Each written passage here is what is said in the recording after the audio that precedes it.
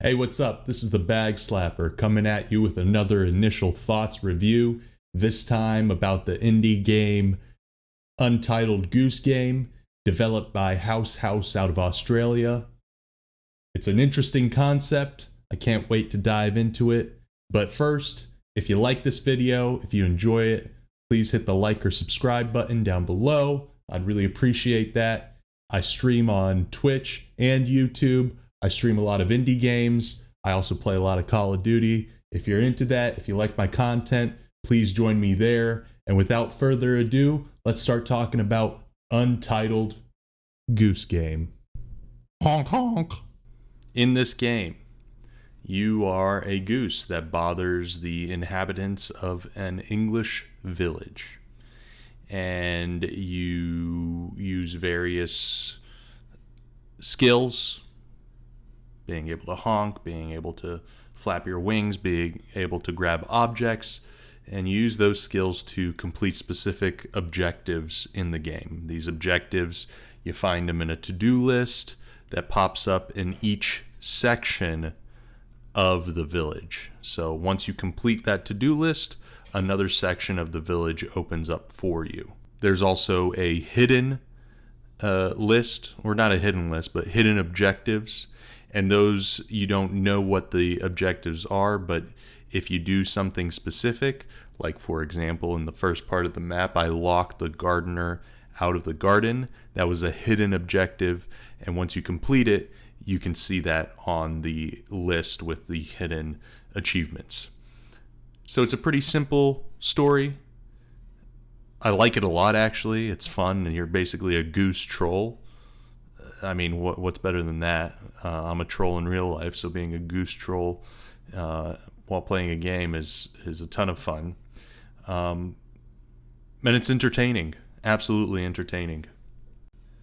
When it comes to the design of this game is pleasing. It's almost like you're at home. It's almost like you are someone who lives in this neighborhood. The cartoons are simple but effective. The characters are all unique, even though, as you can tell from even this clip, that there's not much detail to them. But the NPCs, they're fun to interact with.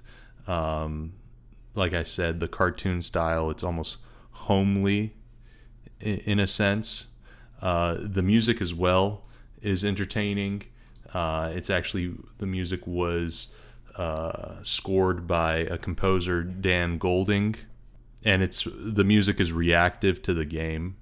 So in certain circumstances, the music will either be quieter or slower, or the intensity is raised depending on what's going on in the game. So the level of detail in the music is astonishing. It actually does enhance the gameplay.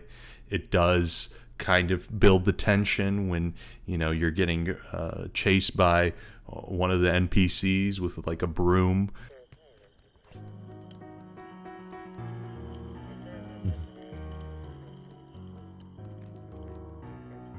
Dude, I don't see the toothbrushes. Am I like blind?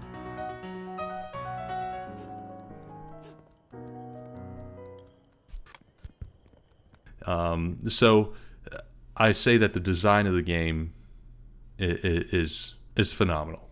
Finally, let's talk about the controls in this game. This is my biggest quarrel. This is the biggest thing I have against this game. I gotta be honest, the controls feel a little off to me. For whatever reason, it's tough to move the goose to where you want it to go. It's not intuitive to like pick stuff up, to I mean, every aspect of the controls in this game are just tough for me.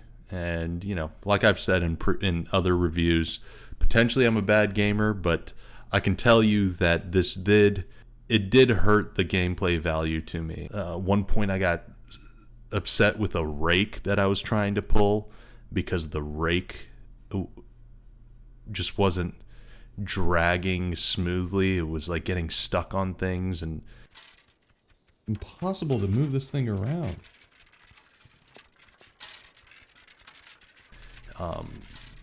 I guess that's part of the point of the game, but it really did frustrate me to the point that I wanted to turn the game off and play something else, which I don't think that's what they wanted and that's what they intended. All right, so now it's time to give my rating of this game. If you're new here, I work on a slap system, 10 slaps being the best perfect game in all facets. When it comes down to the Untitled Goose Game, the biggest issue are the controls. I love the design. I love the music. I love the concept. But unfortunately, it's just too tough to execute what you want to do. And maybe there's a learning curve to that. Maybe, I don't know if I can connect my controller. I'm going to try that next time I play the game. But ultimately, it comes down to not being able what you want to do, and that's just extremely frustrating. So, that being said, I'm going to give this game 5 slaps, 5 out of 10.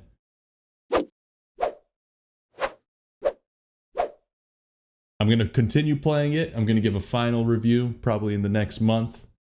But those are my initial thoughts. Once again, if you enjoyed the video, hit a like or subscribe button. And I'll see you, hopefully, on my stream. Thanks.